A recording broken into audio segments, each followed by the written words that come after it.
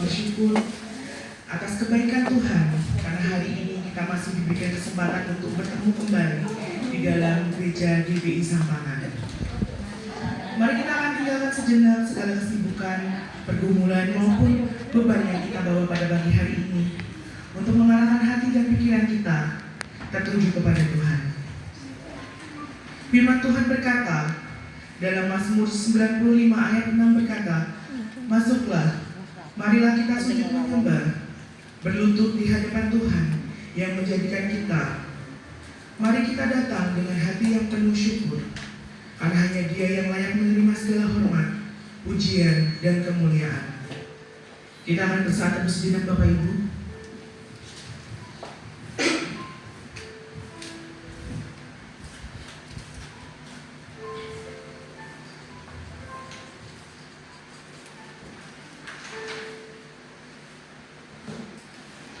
Kau yang terindah di dalam hidup ini.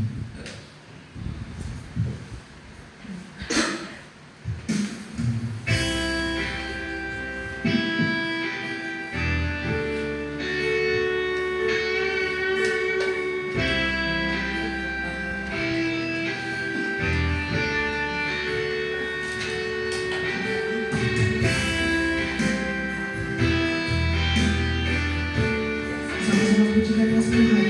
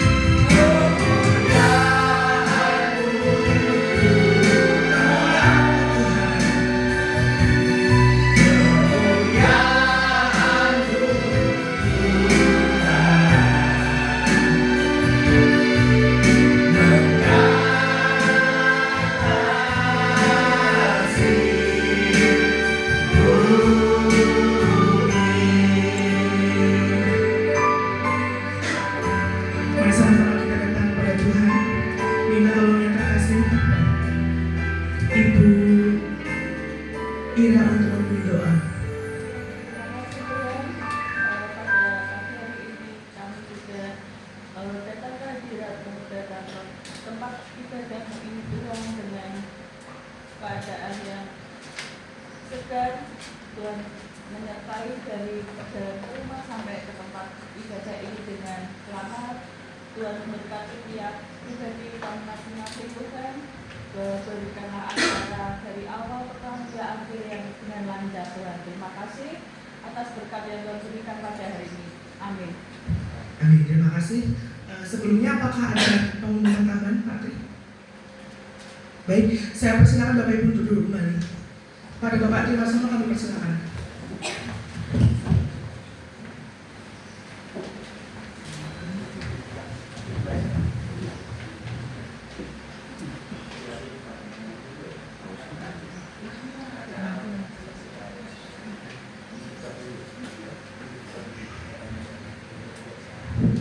Mohon maaf Bapak Ibu, mungkin pengumumannya kita di akhir saja ya.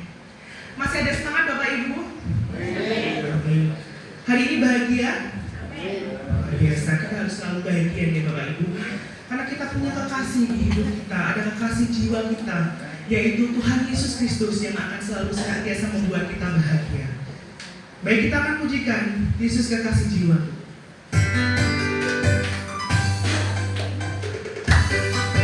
Kami berdoa Bapak Ibu bisa balik berdiri. Kita mau pemanasan dulu. Karena masih pagi.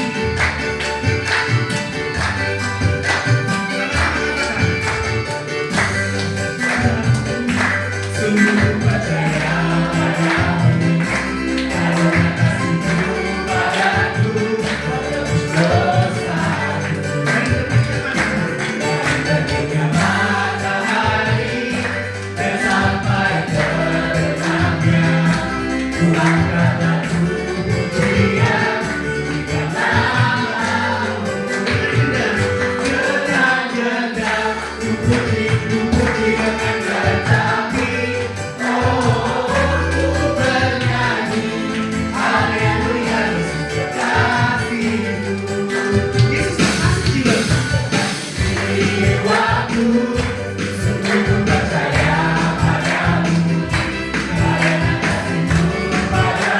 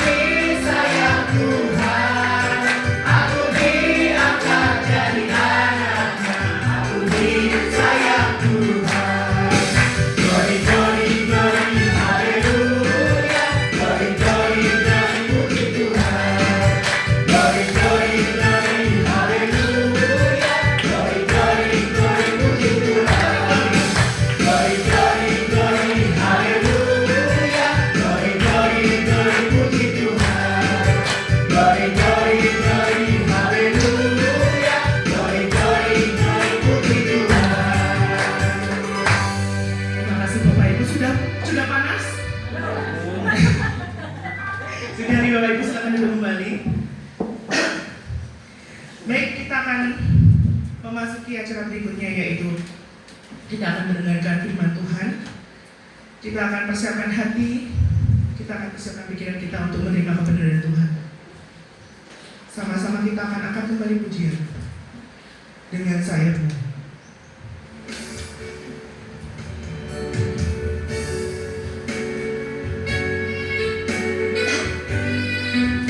Melalui firman Tuhan, jiwa kita, tubuh dan roh kita akan kuat.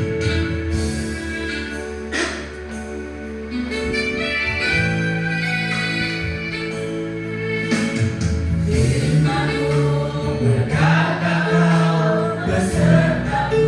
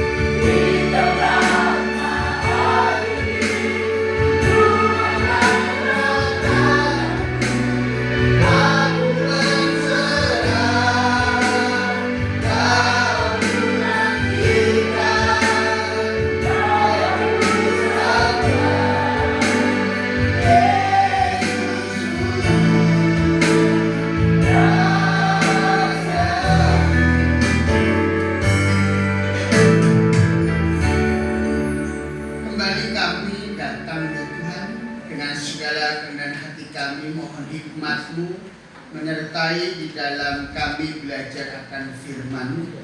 Kiranya kuasa-Mu lah yang akan membebat hati kami, membuka hati kami sehingga kami sungguh-sungguh mau mendengar, melakukan dan mengimani akan kebenaran firman-Mu. Dalam nama-Mu Tuhan Yesus, kami siap untuk belajar akan firman-Mu. Amin. Selalu kembali. Shalom Bapak Saudara terkasih di dalam Tuhan. Ucap syukur pada saat ini Tuhan Yesus menyertai dalam setiap langkah kehidupan kita. Pada malam pagi ini kita belajar kembali dari hidup benar atas dasar panggilan Tuhan. Kita belajar dari kitab Yoel. Kitab Yoel pasal yang kedua, ya, merupakan kitab dari nabi-nabi kecil, ya, 12 nabi kecil, salah satunya Yoel. Kita bersama melihat dalam pasal yang kedua, ayat yang ke-12 sampai yang ke-17. Kitab Yoel pasal 2, ayat yang ke-12 sampai yang ke-17, kita akan membaca silih berganti.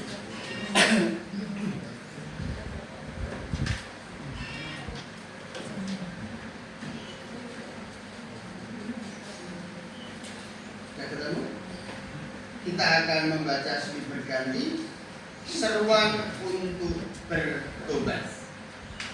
Tetapi sekarang juga demikianlah firman Tuhan, berbadah kepadaku dengan segenap hatimu, dengan segenap puasa, dengan berpuasa, dengan menangis dan dengan mengadu. Koyakkanlah hatimu dan jangan pakaianmu berbalik kepadamu, sebab Dia pengasih dan penyayang, panjang sabar dan berterima kasih setia, dan Dia menyesal karena hukumnya. Siapa tahu mungkin ia mau berbalik dan menyesal dan ditinggalkannya berkat menjadi korban sajian dan korban curahan bagi Tuhan Allahmu. Tiuplah sangkakala di Sion, adakanlah puasa yang kudus, maklumkanlah perkumpulan raya. Kumpulkanlah bangsa ini, kuduskanlah jemaah, himpunkanlah orang-orang yang tua, kumpulkanlah anak-anak, biarkan anak-anak yang menyusui, baiklah pengantin laki-laki keluar dari kamarnya, dan pengantin perempuan dari kamar tidurnya. Baiklah para imam, pelayan-pelayan, menangis di antara balai depan dan mezbah dan berkata, sayangilah ya Tuhan, umat-Mu, dan janganlah biarkan milikmu sendiri menjadi celah, sehingga bangsa-bangsa menyindir kepada mereka. Mengapa orang berkata di antara bangsa, di mana Allah mereka? Jadi, Bapak Saudara terkasih di dalam Tuhan, perikop yang kita baca bersama merupakan kisah yang disampaikan Nabi Yoel ketika Yehuda mengalami bencana besar akibat serangan belalang dan kekeringan. Bencana alam terjadi menjadi peringatan kepada bangsa itu akan hukum Allah dan juga bagaimana Allah menyatakan kasih-Nya.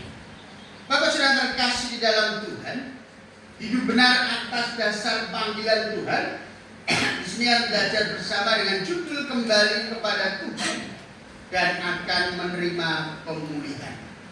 Kembali kepada Tuhan maka akan beroleh pemulihan, menerima pemulihan.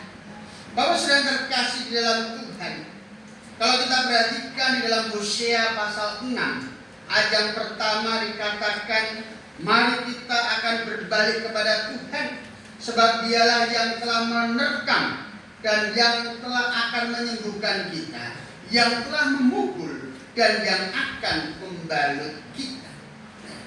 Dikatakan kepada kita juga, dan Nabi Hosea menyampaikan bagaimana Tuhan terkadang menerkam. Dalam bahasa pengertiannya, ada hal-hal yang membuat kita ngeri, ada yang membuat kita sesuatu yang membuat tidak nyaman. Tetapi dikatakan juga Tuhan yang juga yang akan menyembuhkan kita, memulihkan kehidupan kita. Tuhan memukul umatnya, tetapi Tuhan juga membalut umatnya. Yang artinya bahwa memang terkadang Tuhan mengoyakkan umatnya. Ya. Terkadang Tuhan membawa penderitaan, membiarkan hukuman-hukuman terjadi untuk mendisiplin umatnya.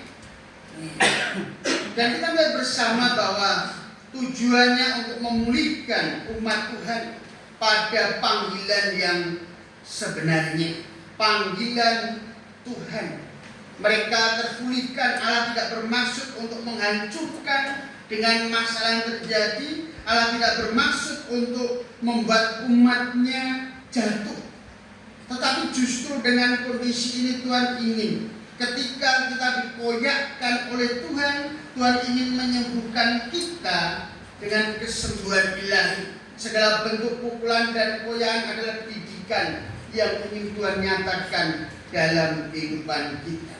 Bapak Saudara terkasih di dalam Tuhan, saat ini kita perhatikan bersama kondisi alam dunia saat ini. Bagaimana keadaan panas global yang terjadi mempengaruhi kehidupan umat manusia, ya, membawa dampak yang sangat besar. Bukan hanya dunia, bukan hanya orang di luar Tuhan, tetapi juga orang yang ada di dalam Tuhan, yang percaya Tuhan juga mengalami akibat yang demikian. Bagaimana pemanasan global yang terjadi di Eropa? Kita melihat bersama bagaimana kondisi Eropa yang luar biasa panasnya.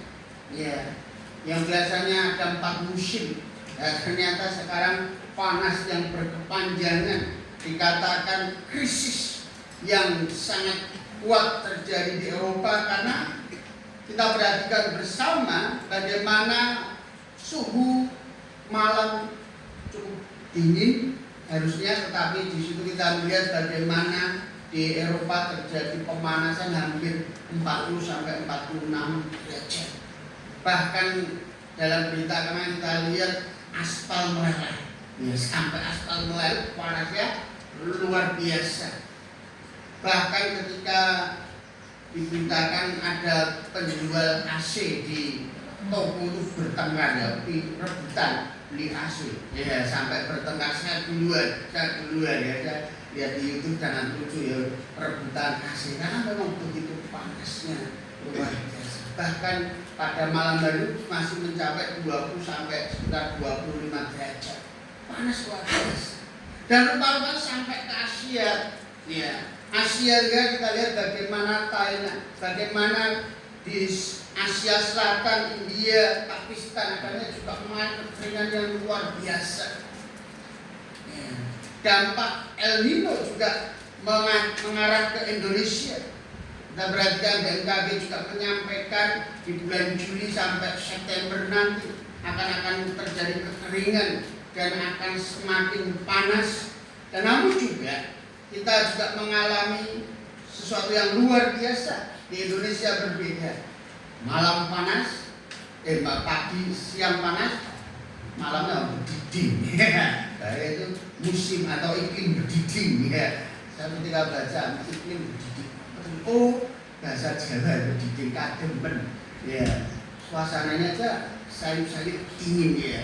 Bukan karena kipas, tapi cuacanya juga sudah dingin. Ya, kondisi-kondisi juga mempengaruhi berbagai macam komoditi yang terjadi, ya, dan juga mengakibatkan bencana. Tanggal bulan Juli kemarin juga terjadi bencana. Ya, kita lihat berbagai tempat juga mengalami bencana. Ya, seolah-olah kita memperhatikan bahwa dunia saat ini orang mengatakan sudah tua. Ya, seolah-olah mengatakan dunia itu sudah mengalami perubahan signifikan. Ya, pada dasarnya dunia yang harusnya dapat mengacu kepada kestabilan.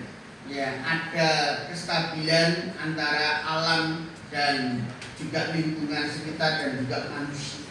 Tetapi eksploitasi yang cukup banyak terjadi sehingga munculnya berbagai bencana besar akibat alam. Tapi saudara terkasih di dalam Tuhan, pada masa Yoel menyampaikan seruan kepada Yehuda, mereka mengalami akibat bencana yang luar biasa. Yang ini kita belajar bersama bagaimana bencana itu menjadi peringatan agar umat menyadari dosa mereka dan kembali kepada kasih Allah yang luar biasa. Dan juga kita memperhatikan bersama dalam perikop ini, walaupun dalam kondisi seperti itu, Tuhan juga ingin menyatakan kasih karunia-Nya. Ia tidak menghendaki kebinasaan umatnya, melainkan adanya pertobatan dari kehidupan umatnya.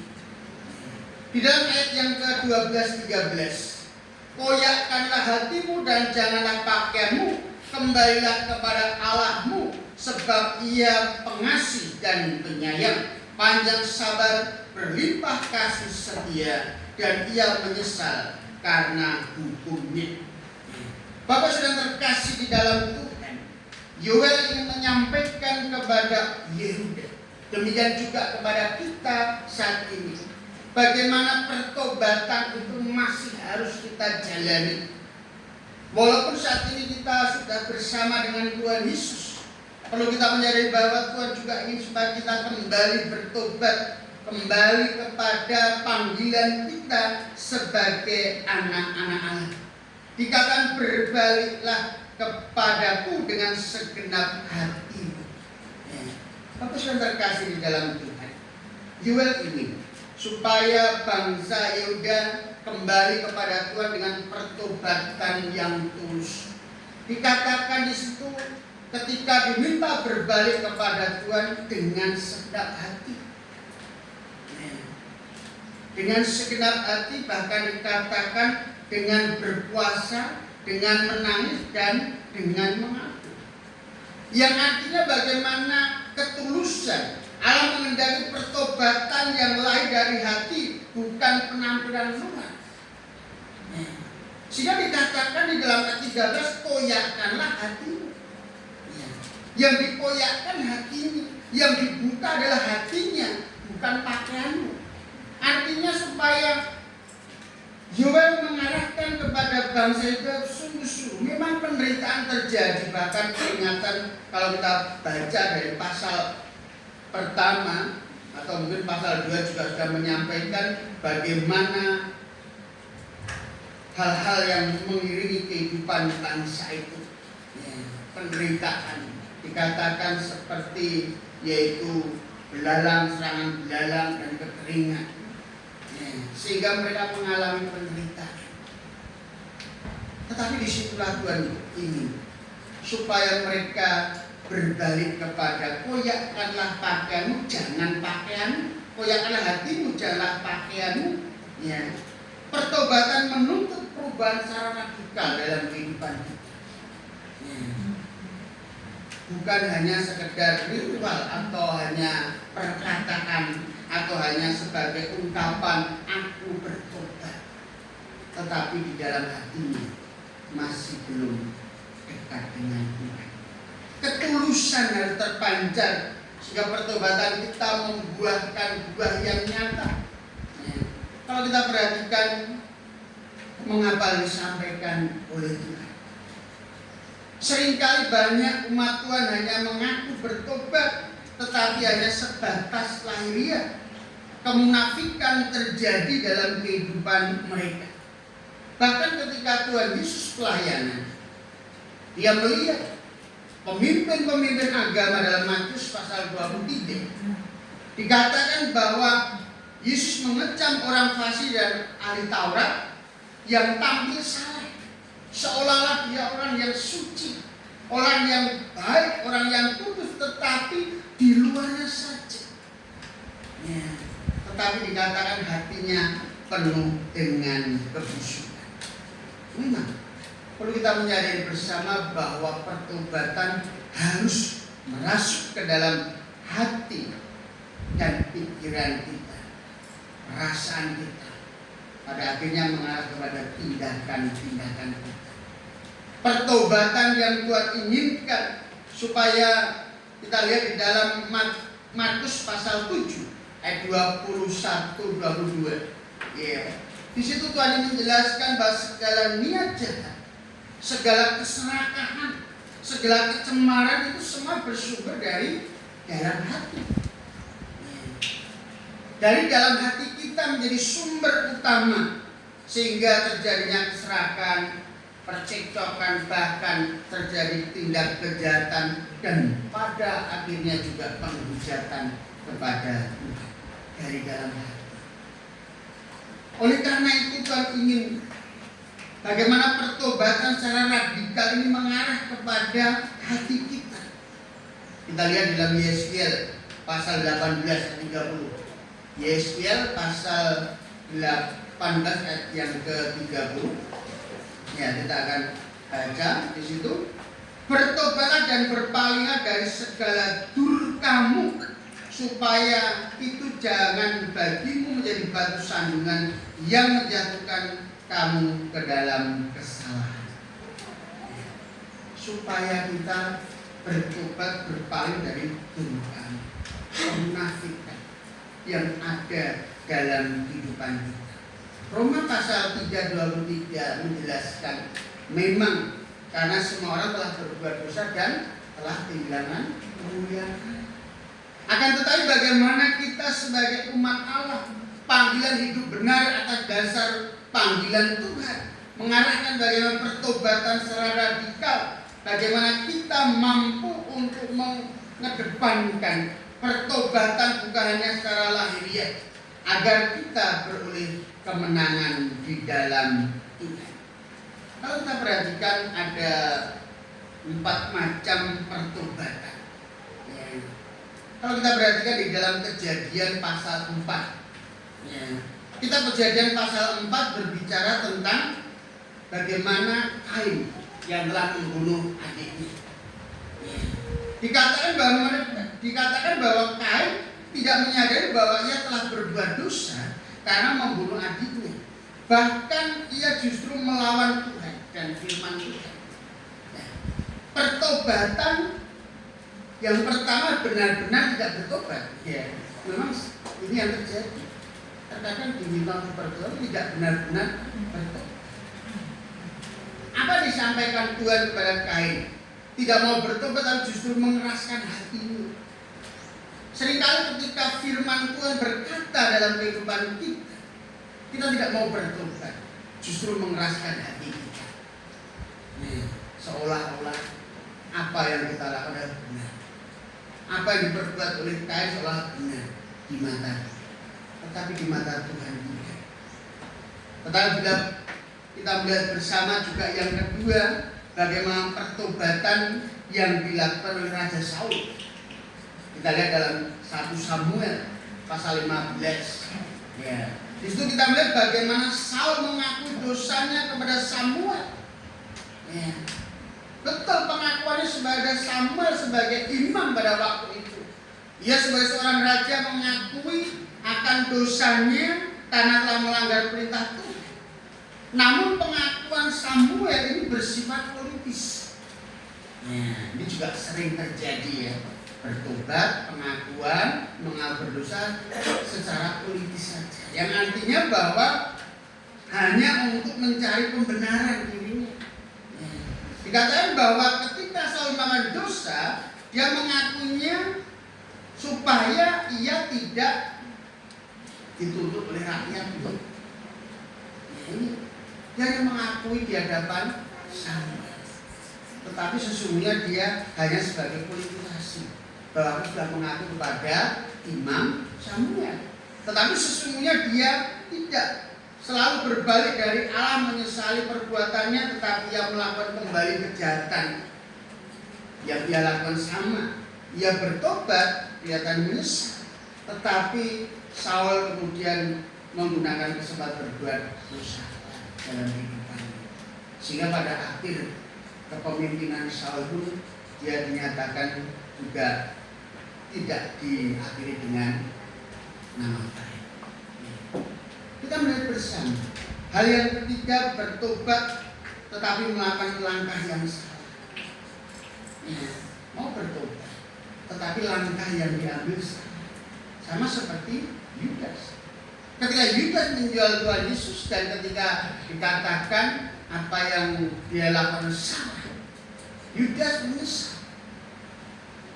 Dia membuang uang itu kembali, dibuang uang yang sudah diterimanya itu, lalu apa? Menggantung diri. Ya, jadi pertobatannya betul, tetapi langkah yang diambil salah. Ya. Tuhan menginginkan supaya pertobatan yang kita lakukan sungguh-sungguh mengarahkan kepada kata berbalik. Kata berbalik ada apa namanya 180 derajat, meninggalkan kehidupan lama. Bagaimana kita melihat apa yang terjadi kepada Raja Daud? Dia melakukan kesalahan yang fatal, mengingini istri orang, bahkan sampai melahirkan anak. Tetapi ketika diingatkan oleh nyatanya, dia menyesal. Dan ia pun membuka hidupnya, dia membuka jiwanya, hatinya untuk Tuhan, sehingga ia kembali kepada Tuhan dan tidak melakukan tindakan yang sama. Sehingga di dalam perjalanan hidupnya, apa yang dilakukan oleh Daud pun berhasil. Awalnya dia mengalami kegagalan karena berbuat dosa. Pertobatannya membawa kepada berkat yang luar biasa. Ya, Bapak sudah terkasih di dalam Tuhan. Bagaimana kita pun menyadari bersama apa yang disampaikan oleh Yoel kepada Yuda, supaya mereka bukan hanya bertobat hanya secara lahirnya, tetapi hatinya masih kosong. Ya. Kalau kita lihat di dalam hal ini, kalau kita betul-betul mengarahkan kehidupan dalam pertobatan, bagaimana Yoel berkata, berbaliklah kepadaku dengan segenap hatimu, koyakkanlah hatimu dan jangan pakaianmu, berbaliklah kepada Tuhan Allah. Ini menunjukkan sebagai dia menyampaikan. Seringkali ini tantangan yang kita hadapi. Kita merasa sudah menjadi Kristen, menjadi pengikut Kristus, merasa adalah orang yang suci. Karena kita sadari seringkali kita itu butuh pertobatan setiap hari, setiap waktu. Karena selama kita tinggal di dunia ini, si jahat tidak pernah tinggal diam. Dia berupaya mempengaruhi kehidupan kita sehingga kita jatuh dalam berbagai macam dosa, baik yang dilihat orang maupun yang tidak dilihat orang. Tapi Tuhan ingin supaya kita berbalik kepada Dia. Jika kita mau berbalik kepada Tuhan dan pertobatan secara radikal keseluruhan hidup kita, maka yang terjadi dalam kehidupan kita perubahan mengarah kepada hidup yang total kepada Tuhan. Kembali membangun hubungan kita dengan Tuhan. Sehingga dikatakan di dalam ayat yang ke-14, siapa tahu mungkin ia mau berbalik dan menyesal dan ditinggalkannya berkat menjadi korban sajian, korban curahan bagi Tuhan Allahmu. Nah, Bapak sudah terkasih di dalam Tuhan. Yoel menyampaikan, ketika kamu mau bertobat, ya siapa tahu Tuhan akan berbalik, mengasihi kita, tidak menghukum kita. Apalagi disampaikan dalam 13, sebab Tuhan pengasih dan penyayang, panjang sabar dan berlimpah kasih setianya. Ia menyesal karena hukumannya. Karena memang itulah kasih Tuhan dalam kehidupan kita. Tuhan mengasihi kita lebih dalam. Tapi seringkali kasih kita kepada Tuhan terukur dari apa yang kita inginkan. Kasih Tuhan terukur dari apa yang telah Tuhan berikan kepada yang telah Tuhan berikan untuk saya. Kita menilai dari ukuran neraca manusia. Kita menilai kasih Allah itu sebatas dari apa yang telah kita terima secara lahiriah.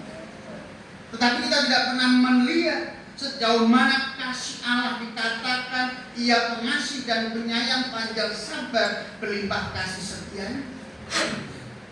Di sini kita perhatikan bersama bagaimana Yoel mengarahkan kembali kepada Allah, dan Allah akan menunjukkan kasih-Nya dan ia akan menyatakan bagaimana pertobatan yang dilakukan umatnya itu tidak akan sia-sia. Karena dikatakan apa tadi dalam ayat yang ke-14 bahwa ia mau berbalik, menyesal. Jadi yang terakhir biasanya yang kita minta apa? Ditinggalkannya. Ketika kita menyesal, penyesalan kita, pertobatan kita tidak sia-sia karena Allah penuh belas kasihan. Pertobatan tidak sia-sia karena Allah kaya dengan kebaikan, kemurahan, pengampunan yang tidak pernah berhenti dalam hidup umatnya. Ia menyucikan kita dari segala kejahatan kita. Anugerahnya diberikan untuk kepada kita supaya kita memiliki pengharapan dalam kehidupan ini. Supaya bangsa Yehuda ingat kembali bahwa masih ada kehidupan yang terus berlangsung dalam kehidupan mereka.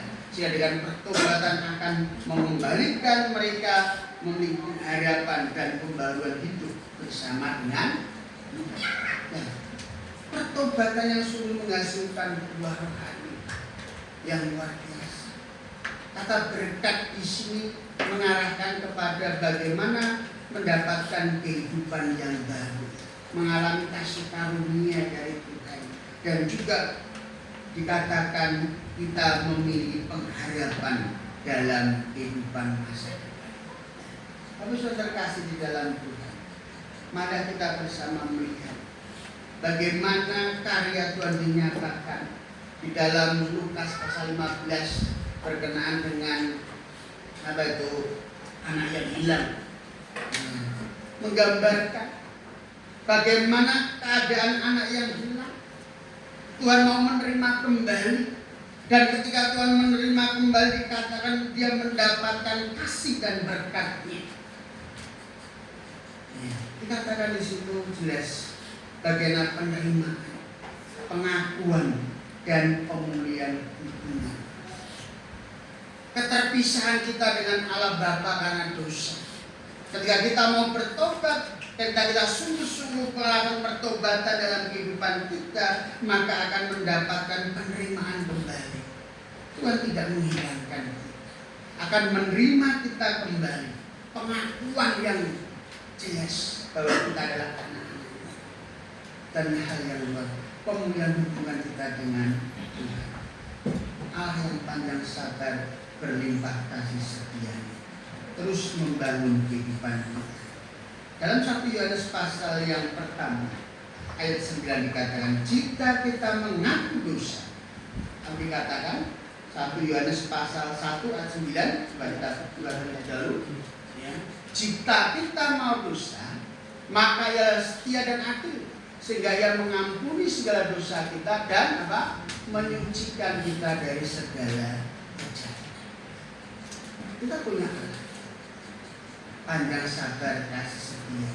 Ketika ada makhluk dosa, ia setia untuk mengampuni segala kesalahan kita.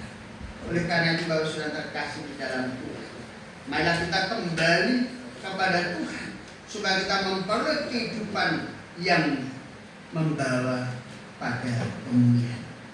Yuel memanggil seluruh bangsa, tua-tua, anak-anak, bahkan pengantin baru untuk berkumpul untuk mencari Tuhan. Dalam proses pertobatan dibutuhkan bagaimana pencarian hidup kita. Kita membangun kehidupan yang berserah dan menyembah kepada Tuhan, yang akhirnya juga berdampak kepada yang lain. Pertobatan yang kita miliki bukan kita miliki sendiri. Tuhan ini suatu pertobatan yang kita miliki dan kita boleh berkat dari Tuhan. Bukan urusan pribadi kita saja, tapi bagaimana kita juga membangun kehidupan keluarga kita. Sehingga apa yang kita rasakan dari pertobatan kita di dalam Tuhan, kita juga bagikan kepada anggota keluarga kita. Kita juga bagikan kepada komunitas kita. Pertobatan sejati memiliki dampak sosial. Ya, bukan hanya kita saja, berdampak sosial juga. Sehingga orang melihat. Makanya kita sebagai orang percaya dikatakan sebagai garam dan terang dunia. Kamu adalah kitab yang siap dibaca oleh semua orang. Ya. Kamu adalah laskar-laskar Kristus. Kamu adalah prajurit Kristus. Kamu adalah alat bagiku, siap untuk ambil bagian dalam pelayanan bersama dengan Tuhan. Pertobatan menjadi bagian penting. Jika kalau kita lihat dalam 2 Tawarik pasal yang ke-7 ayat yang ke-14, dan umatku atas namanya namaku disebut merendahkan diri, berdoa mencari wajahku, lalu berbalik dari jalan-jalan yang jahat, maka aku akan mendengar dari surga dan mengampuni dosa mereka serta memulihkan negeri mereka. Mengampuni dosa dan memulihkan negeri mereka. Yang artinya bukan hanya pribadi, tetapi seluruh negeri. Demikian juga dengan pertobatan kita akan berdampak bagi bangsa kita. Ya, kondisi bangsa kita, kondisi dunia saat ini dengan kejahatan semakin hari semakin merajalela, semakin tidak terkendali. Dengan pertobatan kita juga berdampak untuk kita menjadi bagian dari karya Tuhan di tengah-tengah dunia, menjadi garam dan terang dunia, siap dibaca oleh siapapun juga, dan membangun negeri menjadi berkenan di hadapan Tuhan. Bapak yang terkasih di dalam Tuhan, dari apa yang disampaikan oleh Yoel, kita bisa kembali menyimpulkan bahwa kembali kepada Tuhan akan membawa pemulihan ketika kita sungguh-sungguh melakukan pertobatan secara radikal, dan juga kita bertobat dengan segenap hati, percaya kepada kasih karunia Allah tidak berhenti dalam hidup kita, dan bersama mencari Tuhan dan membangun kehidupan untuk kemuliaan Tuhan, baik untuk kita, baik untuk keluarga kita, bahkan gereja kita, dan lebih luas kepada bangsa dan kepada dunia. Allah selalu membuka pintu bagi orang-orang yang mau kembali kepadanya. Berkatnya tidak pernah berkurang, berkatnya tidak pernah isu, tetapi diberikan kepada umatnya yang mau membuka hatinya kembali kepada Tuhan. Tidak ada dosa yang terlalu besar untuk diampuni jika kita datang dengan hati yang tulus kepada Tuhan. Orang mengatakan dosa besar, dosa kecil, tapi di hadapan Tuhan semua dosa ada pelanggaran di hadapan Tuhan. Tuhan tidak menentukan dosa besar kecil, tetapi ketika kita melanggar akan kebenaran Tuhan, kehendak Tuhan telah dosa, dan Tuhan tidak mengingat kembali akan dosa-dosa kita. Hari ini Tuhan masih memanggil kita untuk kembali kepada Tuhan, kembali kepada hadirat Tuhan. Dikatakan berbaliklah kepadaku dengan segenap hati, kata Yoel dalam Yoel 2:12. Berbaliklah kepadaku dengan segenap hatimu. Jangan menunda pertobatan kita. Biarlah hati kita dipoyakkan di hadapan Tuhan sehingga kita dipulihkan kehidupan kita. Keluarga kita pun dipulihkan, gereja kita dipulihkan, dan negara kita, dunia ini dipulihkan karena pertobatan. Bapak yang terkasih di dalam Tuhan, ayat yang terakhir kita lihat di dalam Wahyu pasal yang ke-3 ayat yang ke-19 sampai yang ke-20. Wahyu pasal yang ke-3 ayat yang ke-19 sampai 20. Kita baca bersama-sama. 1, 2, 3. Barang siapa ku kasihi, ia ku tegur dan ku ajar. Sebab itu relakanlah dirimu dan bertobatlah. Memang teguran Tuhan terkadang menyakitkan menurut ukuran kita, tetapi disitulah Tuhan ingin menunjukkan kasih-Nya supaya kita mau bertobat. Oleh karena itu marilah kita datang kepada Tuhan dengan hati yang hancur, hati yang tulus, hati yang mau mengaku dosa-dosa kita, percaya kepada kasih karunia-Nya yang luar biasa. Dia setia, Dia mau mengampuni, Dia mau memulihkan dan membawa hidup kita dalam persekutuan kasih. Pemulihan terjadi ketika kita mau hidup dalam pertobatan, kembali kepada Tuhan. Tuhan memulihkan hidup. Yang kedua, terima kasih ya Tuhan. Kami sadar bahwa apa yang terjadi dalam kehidupan kami semua ada dalam tangan Tuhan. Memang apa yang kami hadapi dengan keadaan dunia ini, dengan berbagai situasi dan kondisi, membawa kepada kami kehidupan yang kurang benar. Terkadang kami mencoba menutup diri kami bahwa kami telah berbuat dosa. Tetapi apa yang disampaikan Injil, supaya kami menerima berkat Tuhan, menerima kasih Tuhan. Kiranya Tuhan tolong kami, supaya kami mau bertobat, pertobatan yang sungguh-sungguh, yang tulus dari hati yang kami yang terdalam. Pengakuan akan kuasa kasih karunia-Mu yang besar. Ajarlah kami ya Tuhan untuk terus melakukan pertobatan setiap saat. Kiranya kebenaran firman-Mu akan meneguhkan kami.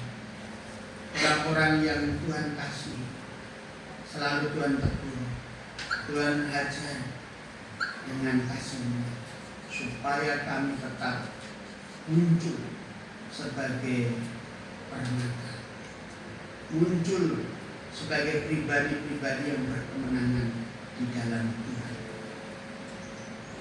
Mari Bapak Saudara kasih, kita lakukan pertobatan dalam kehidupan, kembali akan panggilan kita bahwa kita sebagai umat Tuhan.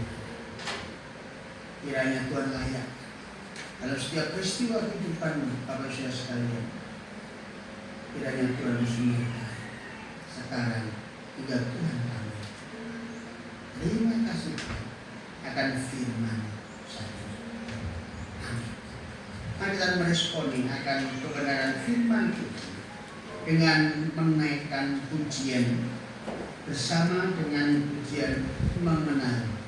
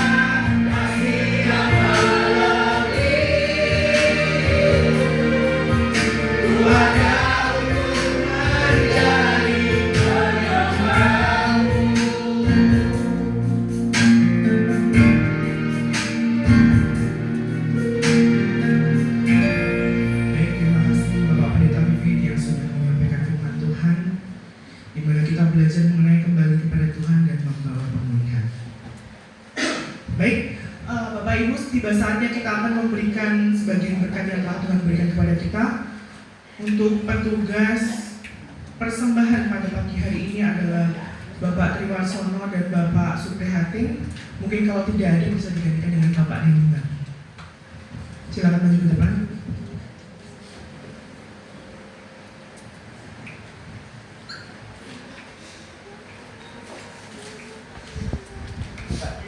Sama memimpin doa. Bapa kami yang bertahta di dalam kerajaan surga yang mulia, di dalam nama Tuhan Yesus, hamba-Mu datang kepadamu, menaikkan puji syukur dan terima kasih.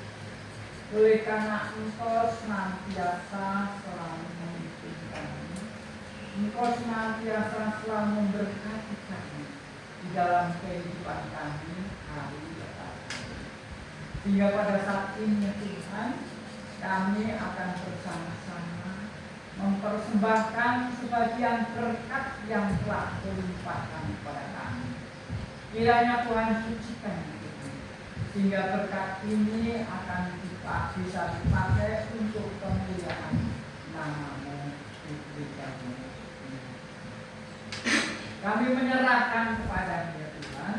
Kiranya Tuhan berkati setiap anak-anak-Mu yang pada saat ini belum bisa memberikan berkatnya untuk kemuliaan nama-Mu, baik melalui usaha, melalui pekerjaan, sehingga di lain kesempatan mereka dapat mempersilakan berkatnya untuk kemuliaan. Berkati juga yang telah mempersembahkan pada hari ini melalui usaha, melalui pekerjaan. Engkau cukupi secara keperluan keluarga dan berkati dalam kehidupan, sehingga mereka akan senantiasa mensyukuri berkat-Mu. Terima kasih Tuhan kepada-Mu kami. Segala doa dan permohonan hamba-Mu yang tiada henti, kami panjatkan demi Putra-Mu yang tunggal, Tuhan kami, Yesus Kristus.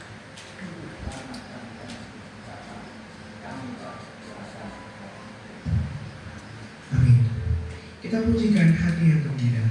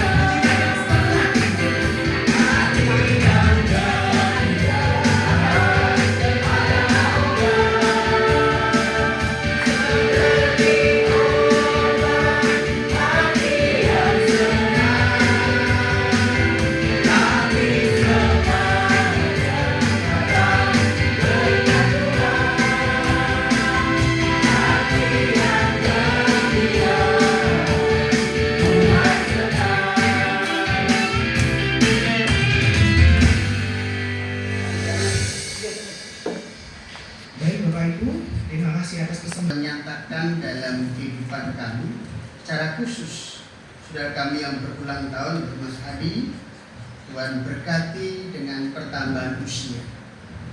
Kami percaya bahwa apa yang telah Tuhan tetapkan untuk anakmu ini sebagai anak Tuhan, Engkau juga menolong dalam segala usahanya saat ini yang sedang dikerjakan. Kiranya Tuhan tambahkan berkat melalui pekerjaannya.